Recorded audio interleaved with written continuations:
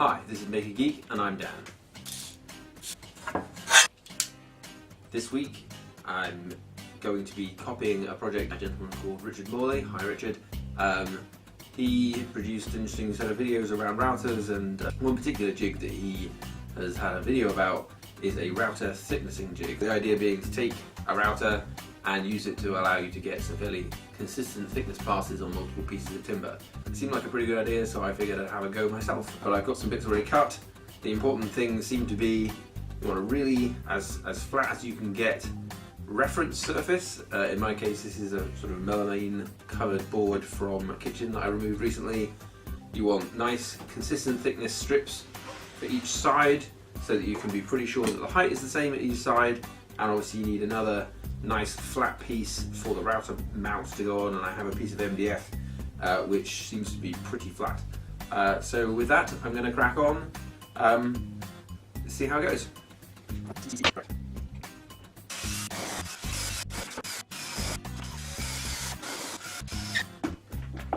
Right. Hopefully both sides seem to be an equal height of the reference, which makes sense, but was worth checking. Here I have my MDF board for mounting the router to. Again, hopefully if I check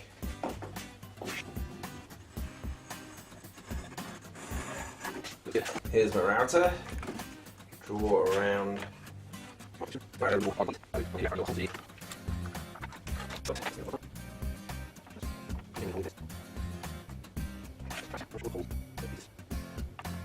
I actually have 4 mount holes which screw the router to this plastic plate, and then another 3 larger holes. So I'll probably use these 3 larger holes to provide the mounting onto this. So I'm going to take this over to the drill press, drill 3 larger holes, and probably put a Forstner bit through the centre here to make space for the cutter to go through. Then we should be in business to start the first test.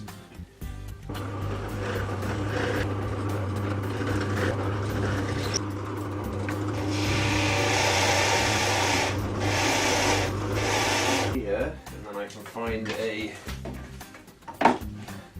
set of bolts that will come up into these positions.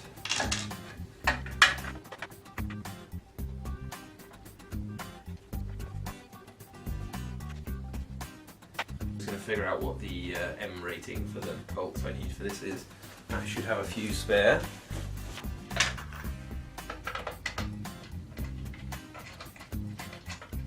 First try, how about that?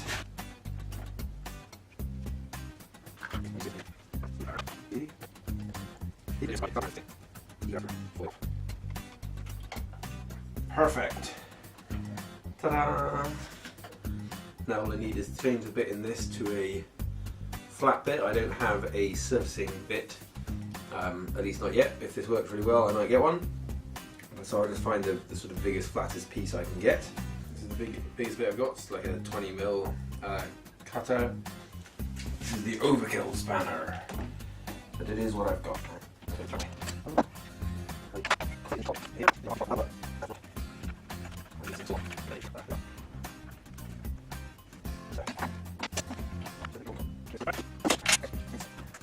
See how low we can get. So that's about as low as it goes whilst I have this dust collection piece in. And that gives me about 4mm beneath the surface of this, which is not great, to be honest. So let's take off the dust collection. He says, realising he's now screwed everything to the board. I'm going to do a couple of things. I'm going to take away this dust collection insert, because I'm probably just going to use direct dust collection underneath, which should give me a little bit more. I'm also going to remove this plastic base, and so that will give me another couple of mil, just so I can have a slightly more travel beneath here.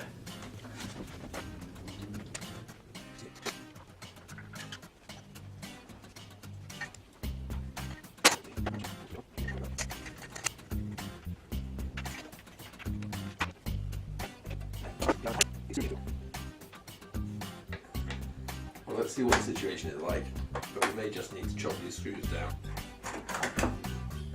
Right, that is my router at its very furthest reach.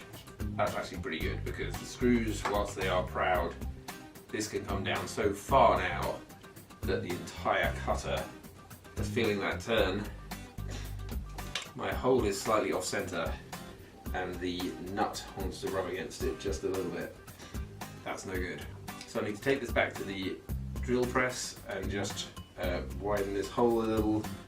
Right, something's worth screwing and unscrewing once, it's worth doing it 1,000 times. Richard used was hot melt glue, so when you're copying, copy everything. So I think I'm going to set it this way in about the middle. So let's just heat up the hot melt glue gun. In Richard's example, he just glued along the corners at either end and maybe a little down the sides. So I'm just going to wait for this glue to go off. Now it's not that I don't trust Richard's design, I'm sure the glue is going to hold very well, but you know, a little extra leather protection just in case.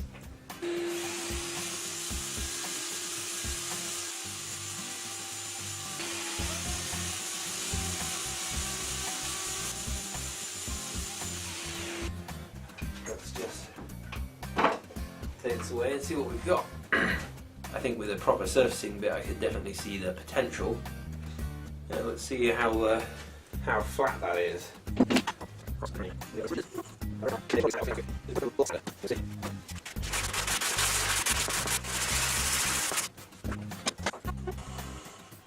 Pretty decent. The other thing I guess is consistency of depth.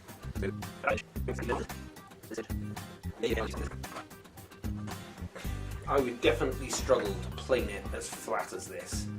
All in all, I think this is a pretty good jig. I think I'm going to end up using it a bunch. Thank you, Richard, for the idea. On to the next project. I should probably go subscribe to Richard Morley. But if you enjoyed this video, please hit subscribe. There'll be more videos next week.